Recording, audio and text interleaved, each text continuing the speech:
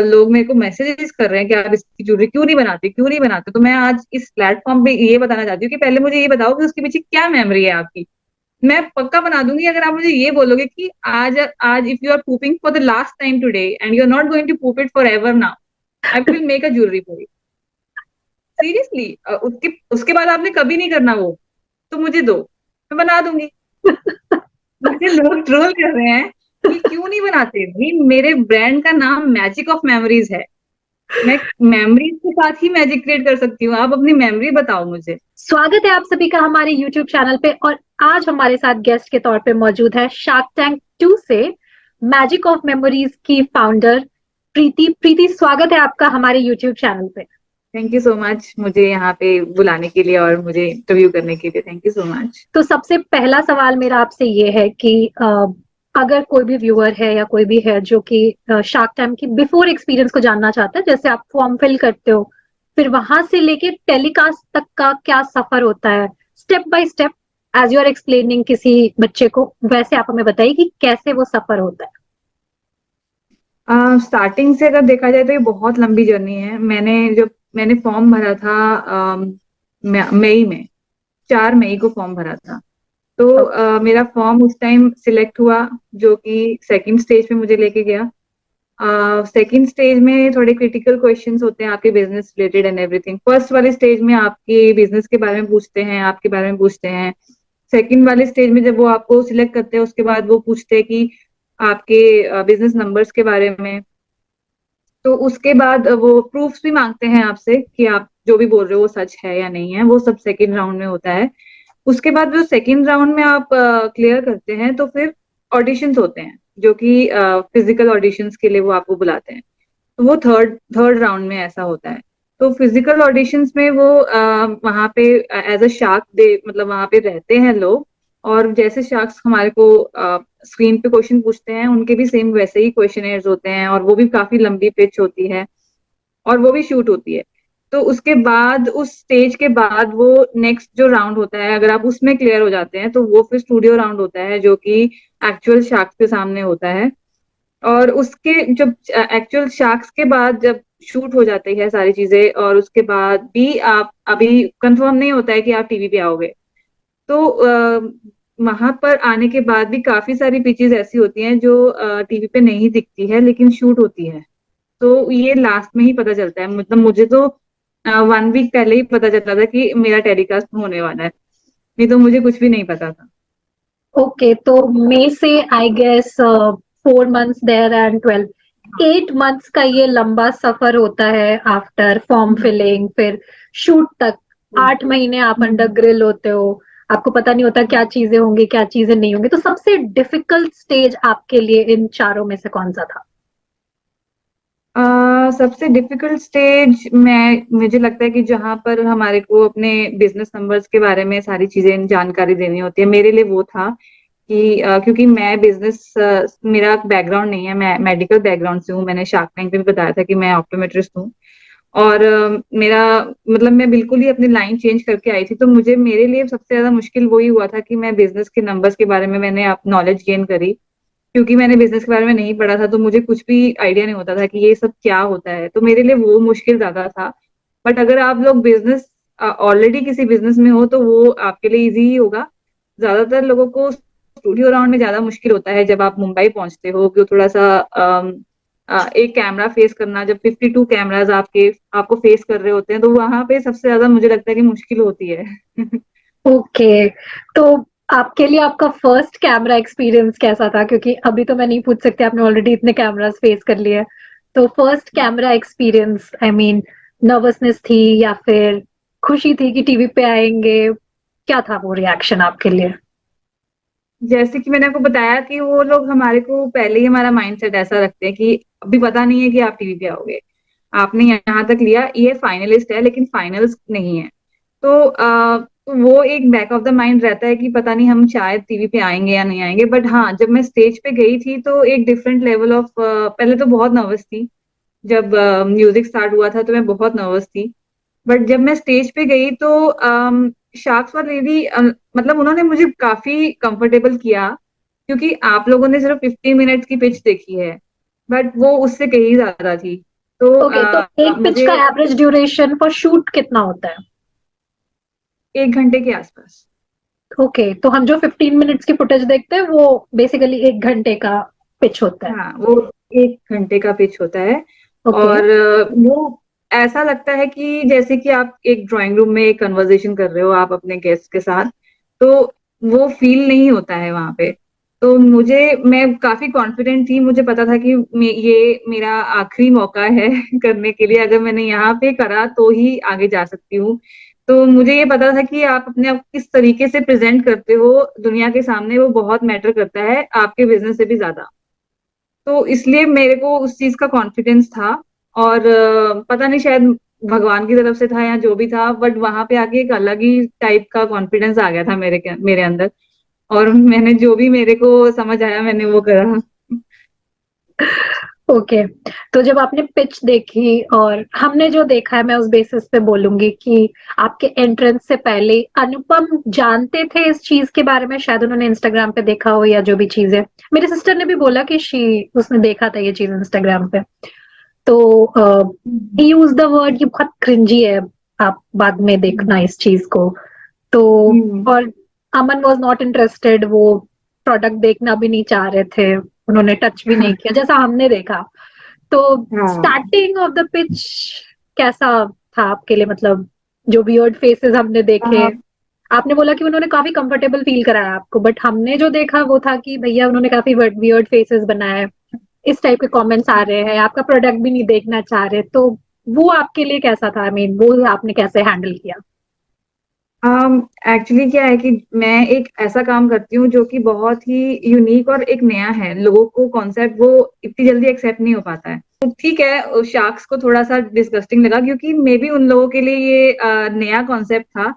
और ऐसा business idea उनके सामने आया जो पहले कभी किसी ने एनालाइज भी नहीं करा था उसके बारे में, और कभी किसी ने सुना भी नहीं था। तो 1 घंटे में उनको उस चीज के ऊपर डिसाइड करना उनके लिए भी मुश्किल था। और उनके वो सारे ट्रू रिएक्शंस भी सामने आ रहे थे जो कि अगर उनको पहले शायद अगर पता होता तो नहीं होते। तो जैसे आपने बोला कि अनुपम जी को ये चीज पहले पता थी, तो उनको पता थी ये चीज कि एक ऐसी कीपसेक ज्वेलरी का भी एक लाइन होता है जो कि यूएस शार्क टैंक में आया था। तो उनको ये चीज पता थी। लेकिन उनको ये नहीं पता था कि कुछ ब्रेस्ट मिल्क से भी होता है। उनको इतना पता था कि पेट कीपसेक्स का होता है जो यूएस शार्क टैंक में फीचर हो चुका था। तो इसलिए शायद उनको ये लगा कि ये थोड़ा क्रिंजी है। आप एज एन आर्टिस्ट गई थी, तो फिर और लास्ट में भी आपको ये रिएक्शन मिला कि आप इसको एज एन आर्ट फॉर्म ले, और एज एन आर्टिस्ट आप लगभग 2 लाख रुपए का महीना कमा रहे हैं, इट्स गुड फॉर यू, इसको बिजनेस नहीं बना सकते या फिर इंडिया इज नॉट रेडी। तो how do you take this comment कि मतलब आपको ये सच में लगा, आप सच में इस चीज से, क्या बोलूं मैं, इत्तेफाक रखती हैं, या फिर आपको ऐसा नहीं लगता कि नहीं I can build a business out of this? May be आपको अभी ये चीज समझ नहीं आ रही। बिल्कुल इस चीज को मैं बिजनेस बना सकती हूँ। क्यों? मैं इसका आंसर देती हूँ क्यों बना सकती हूँ। क्योंकि मैंने बहुत रिसर्च किया है। अब मैं एक आर्टिस्ट हूँ और मैंने इस काम को जब मैंने करना शुरू किया, मैंने अपने बीच में भी बताया था कि मैंने बहुत रिसर्च की थी। पूरा 1 साल मैंने इसके ऊपर रिसर्च किया था। और मैंने देखा था कि ये जो यूएस की मार्केट थी, जर्मनी की मार्केट थी, उस मार्केट में मतलब 10 मिलियन 15 मिलियन डॉलर्स के ऊपर का बिजनेस लोग कर रहे थे इसी इसी लाइन में। और अगर आप पॉपुलेशन को देखोगे तो यूएस की पॉपुलेशन से तो हमारी पॉपुलेशन बहुत ज्यादा है।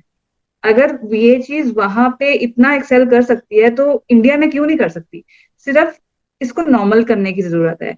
एक नया है, थोड़ा टाइम लगेगा बट होगा जरूर। ओके, तो आपको एक डिफरेंस नहीं लगा? ये मेरा पर्सनल ओपिनियन है, आपको एक डिफरेंस नहीं लगा यूएस एंड जो भी वेस्टर्न कंट्रीज हैं, लोग वहां पे गोल्ड, डायमंड, स्वरोस्की स्पेशली बहुत ज्यादा प्रेफर करते हैं? इंडिया में इंटीमेट ज्वेलरी या फिर इमिटेशन ज्वेलरी का बहुत ज्यादा बड़ा मार्केट है, ठीक है, और आपका जो प्राइस रेंज है वो भी लाइक नियरली 10-11 थाउजेंड, आप पर्टिकुलरली गोल्ड में ही या फिर सिल्वर जो भी है उसमें अंदर ही वो करती है। तो आपको नहीं लगता कि ये एक गैप है लोगों की थॉट प्रोसेस में, और ये एक चीज है जो कि इसको एक मार्केट यहाँ पे बनने नहीं दे रहा?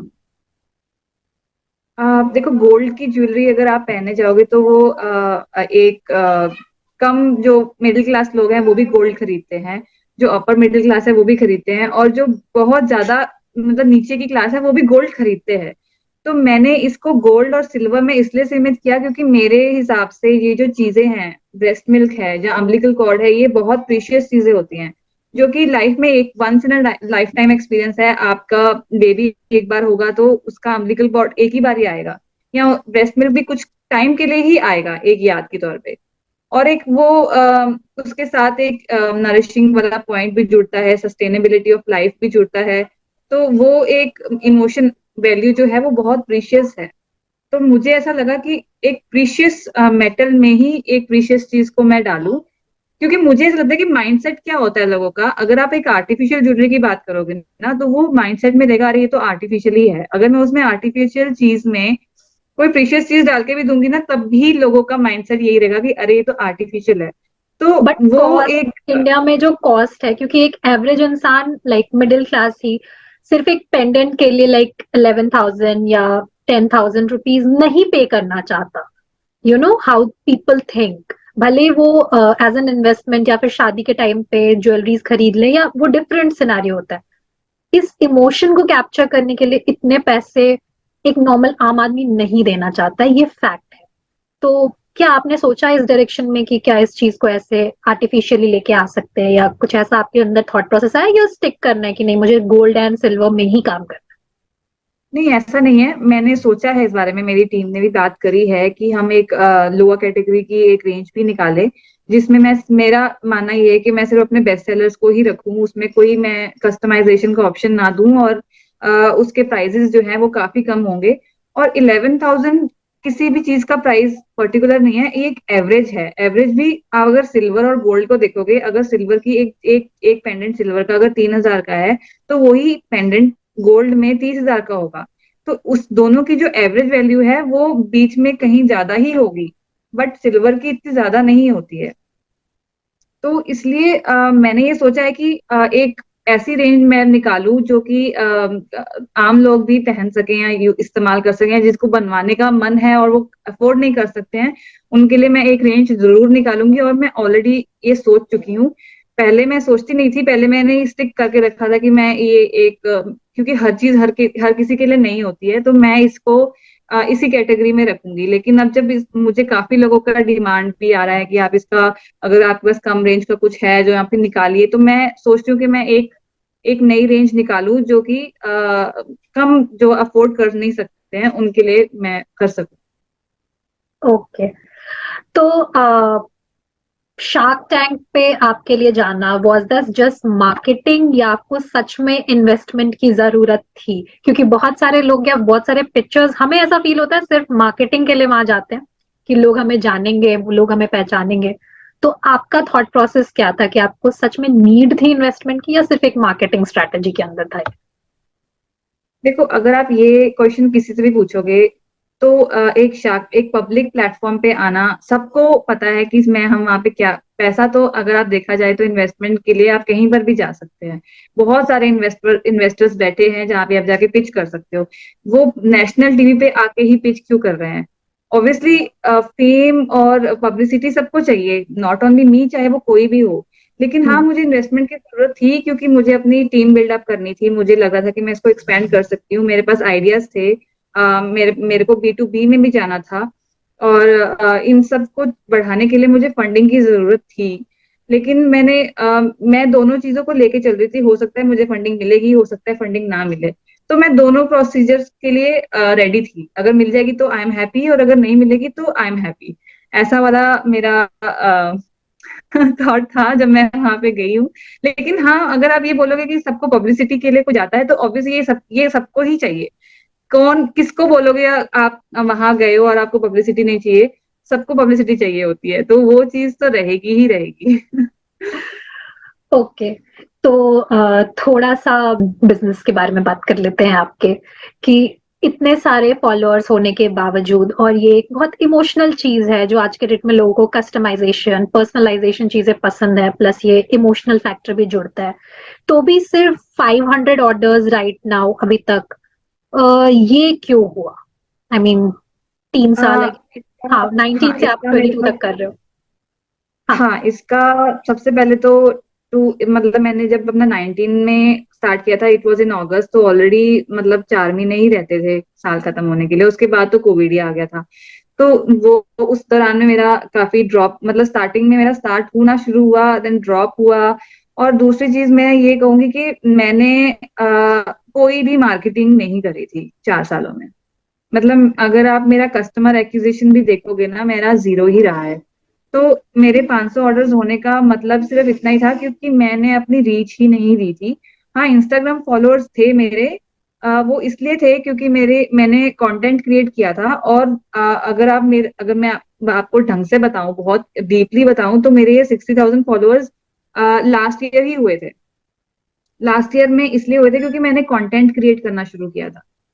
ठीक है, मैं उससे पहले कंटेंट भी क्रिएट नहीं कर रही थी, तो मुझे लगा कि ये एक ऐसी चीज है जो कि स्टोरी से रिलेट करते हैं लोग। तो मैं हर एक जो अपनी ज्वेलरी है उसके पीछे एक स्टोरी है, मैं सबको बताऊं कि क्यों है ये ज्वेलरी इतनी प्रीशियस। तो मैंने वो लास्ट ईयर ही शुरू किया था।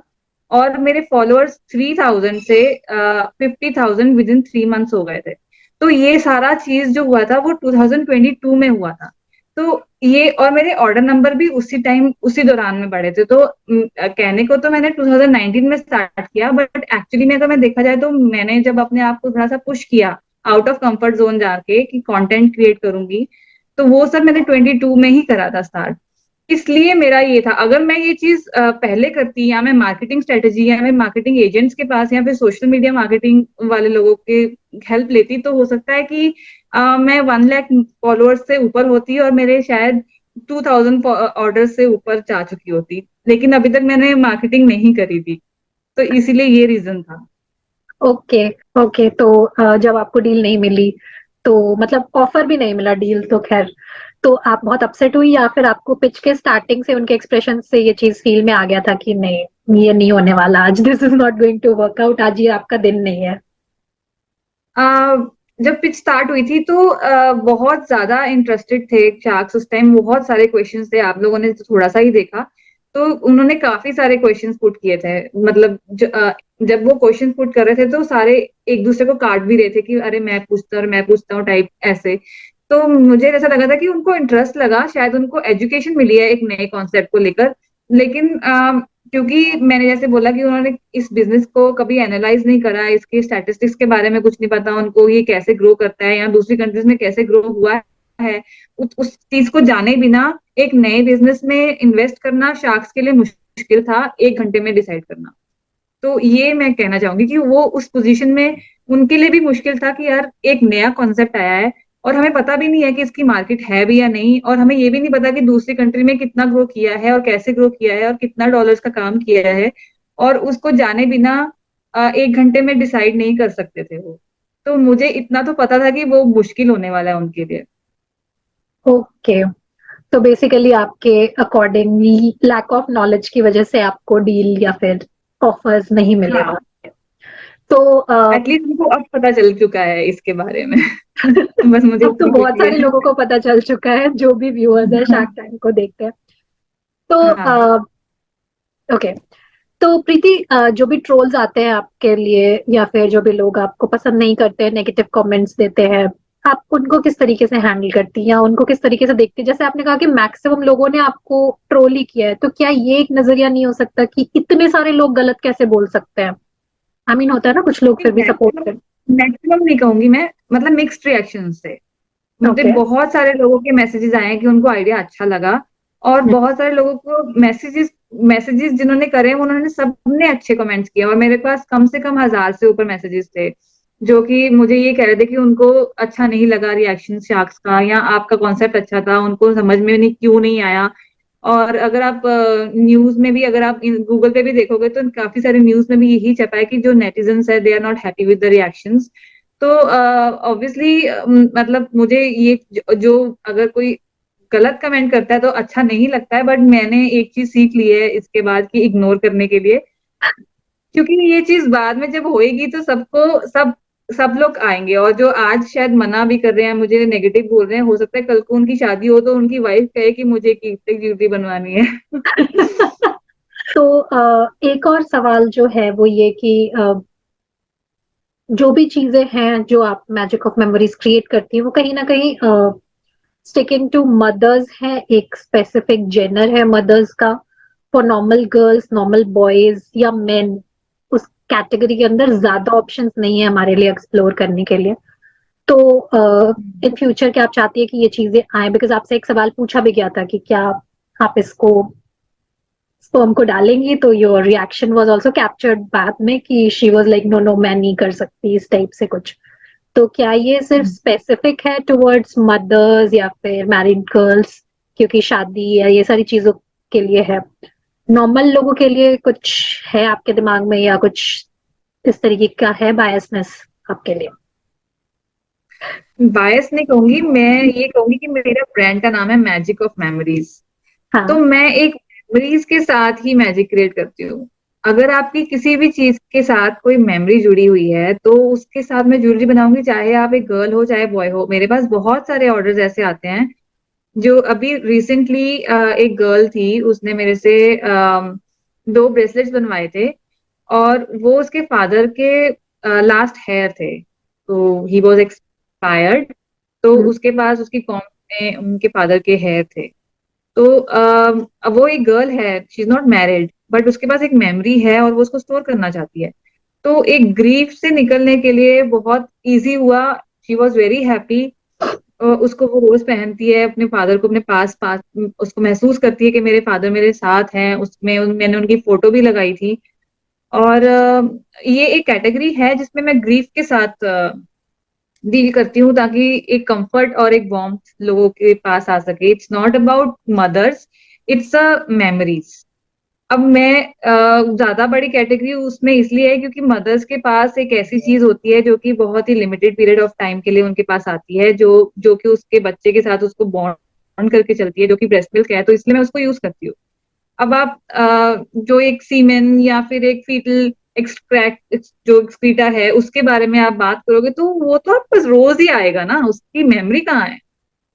What's the memory there? I mean, लोग मेरे को मैसेजेस कर रहे हैं कि आप इसकी ज्वेलरी क्यों नहीं बनाते, क्यों नहीं बनाते। तो मैं आज इस प्लेटफॉर्म पे ये बताना चाहती हूँ कि पहले मुझे ये बताओ कि उसके पीछे क्या मेमोरी है आपकी। मैं पक्का बना दूंगी अगर आप मुझे ये बोलोगे कि आज आज if you are pooping for the last time today and you are not going to poop it forever now, I will make a jewelry for you. Seriously. उसके उसके बाद आपने कभी नहीं करना वो, तो मुझे दो, मैं बना दूंगी। लेकिन आपकी मेमोरी क्या है?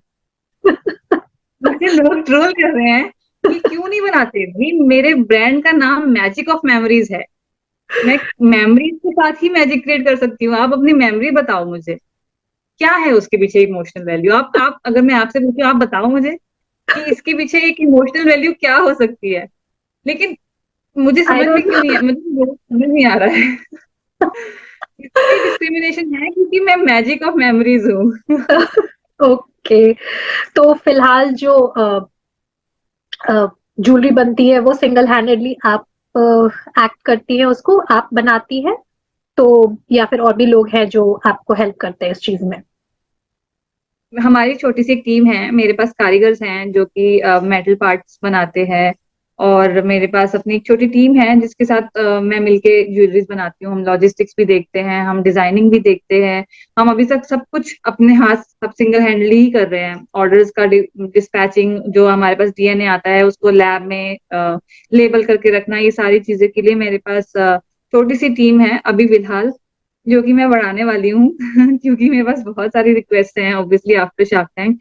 तो अभी तो सिंगल हैंडली चल रहा है काम, लेकिन अब मैं धीरे धीरे इसको इंक्रीज करने वाली हूँ। और आज अगर आपने मेरा इंस्टाग्राम अकाउंट देखा होगा तो अनुपम मित्तल ने मेरे मेरे लिए बहुत अच्छा एक पैराग्राफ भी लिखा है कि उनको मेरा वॉइस अच्छा लगा, मेरी डिग्निटी अच्छी लगी उनको।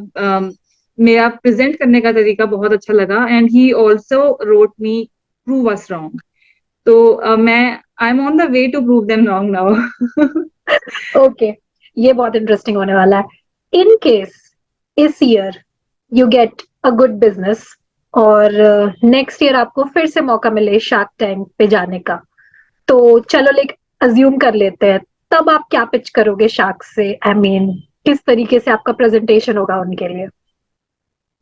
वो तो डिपेंड करता है कि मैं कितना हाई जाती हूँ। चलो लेकिन इनकेस हाँ, एक अगर अज्यूम कर लेते हैं कि हाँ उन्होंने मतलब आपने एक अच्छा सेल कर लिया, एक अच्छा प्रॉफिट कमा लिया, तब आप किस तरीके से आई मीन उनको ये जाके बोलोगे कि लास्ट टाइम आपने गलती कर दी थी, इस बार गलती मत करना, या फिर आप बोलोगे कि नहीं नहीं, एक प्रॉफिटेबल धंधा है, आप इसमें इन्वेस्ट करो?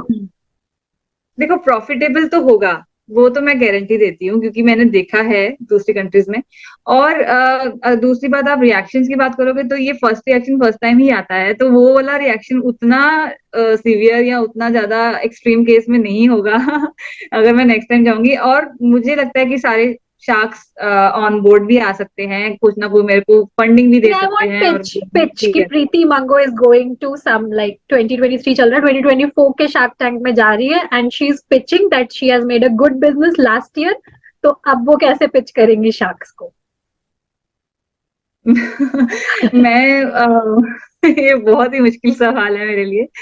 मैं यही बोलूंगी कि मेरे को बोला गया था कि मैं ये बिजनेस को आगे नहीं बढ़ा सकती हूँ, ट्रैक्शन की प्रॉब्लम है। देखो, मैंने आपको प्रूव कर दिया, आज मैंने प्रूव कर दिया कि मैं ये कर सकती थी, और मैंने ये करके दिखाया है।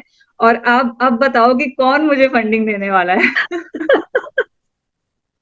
और तो उस अब टाइम मैं 25 लाख नहीं मांगूंगी। उस टाइम मैं 50 लाख से या 1 करोड़ के बीच की फंडिंग मांगूंगी। ओके, तो मतलब उन्होंने बेसिकली 50% का अपना नुकसान कर लिया इन केस ये ग्रो कर जाता है तो या ओके प्रीति, बहुत अच्छा लगा आपसे बात करके एंड आई होप कि ये सिर्फ आर्ट फॉर्म से बढ़ के एक मार्केट बने इंडिया में, लोग पसंद करें इसको, जो भी थोड़ी बहुत प्रॉब्लम्स है, जो भी बहुत चीजें हैं वो एक आए। तो एक लास्ट सवाल आपसे ये है कि क्या शार्क टैंक में लोगों ने कहा है कि जब आपको इन्वेस्टमेंट नहीं मिलती तो आपको एक नजरिया मिलता है लाइफ के लिए या बिजनेस के लिए, तो क्या आप वो नजरिया फाइंड आउट कर पाई वहां से, या फिर आपके हाथ दोनों तरफ से कुछ नहीं मिला? नहीं, ऐसा कुछ नहीं है, मुझे बहुत कुछ मिला। मैं आपको बता भी नहीं सकती कि ये लोगों का ड्रीम होता है वहां पर जाना। और जैसे कि मैंने कहा कि काफी सारे लोगों को मौका नहीं मिलता है टीवी पे आने का भी। तो मुझे बहुत सारे कॉल्स आ रहे हैं, बहुत सारे लोग मुझसे जुड़ना चाहते हैं, बहुत सारे लोग मुझे कह रहे हैं कि हम आपके लिए ये कर देंगे, ब्रांड बिल्डिंग कर देंगे। मुझे ऐसे ऐसे लोगों के मैसेज आ रहे हैं जो मुझे पता भी नहीं था कि मैं ऐसा भी ब्रांड में कुछ कर सकती थी, जो मुझे आज पता चल रहा है। तो मेरे कॉन्टेक्ट जो है वो बहुत ज्यादा हो गए हैं। और जो लोगों को नहीं पता था, जो लोग इस चीज के बारे में नहीं पता था, वो भी इस चीज के लिए जाना चाहते हैं, और मेरे को ऑर्डर्स भी आ रहे हैं उनके। और जो लोगों को पता था, तो वो किसी दूसरे आर्टिस्ट के पास जाने से बेटर मेरे पास आ रहे हैं, क्योंकि एक शार्क टैंक पे आने के बाद आपकी एक वैल्यू होती है, लोगों ने आपको टीवी पे देखा है, तो उससे लोगों को एक ट्रस्ट होता है कि अरे ये तो टीवी पे आई थी, तो इस ये जेन्युइन होगी। तो एक वो ट्रस्ट ट्रस्ट वैल्यू जो है वो मेरे लिए बिजनेस में बहुत ज्यादा मैटर करती है, क्योंकि मैं बहुत ज्यादा इमोशनल चीजों के साथ डील करती हूँ, तो एक ट्रस्ट वैल्यू बहुत इंपॉर्टेंट है मेरे लिए। तो मेरे को लगता है कि मेरे लिए ये बहुत ज्यादा अच्छा होने वाला है मेरा बिजनेस। अभी फिलहाल कुछ ही दिनों में 2 टाइम्स होने वाला है, तो I am so happy for that. तो ऐसा तो बिल्कुल नहीं है कि मेरे हाथ कुछ नहीं आया, मेरे हाथ बहुत कुछ आया है। तो मे बी शार्क्स भी आएंगे एक दिन। Okay, hoping for the best. और आपसे बात करके बहुत अच्छा लगा, you are such a lovely and nice person to talk, I mean इतनी नेगेटिविटी थैंक यू। झेलने के बाद भी इतना पॉजिटिव रहना। तो जैसे कि आपने मुझे शार्क टैंक पे देखा, और उसके बाद आपने मेरी जर्नी सुनी, तो उस इस सब चीजों को सुनने के बाद प्लीज इस चैनल को लाइक, सब्सक्राइब और शेयर जरूर करना, ताकि ये स्टोरी सब तक पहुंच सके, जिन्होंने शार्क टैंक नहीं देखा उन लोगों तक भी पहुंच सके। बहुत जरूरी है इसकी रीच होना, बहुत जरूरी है।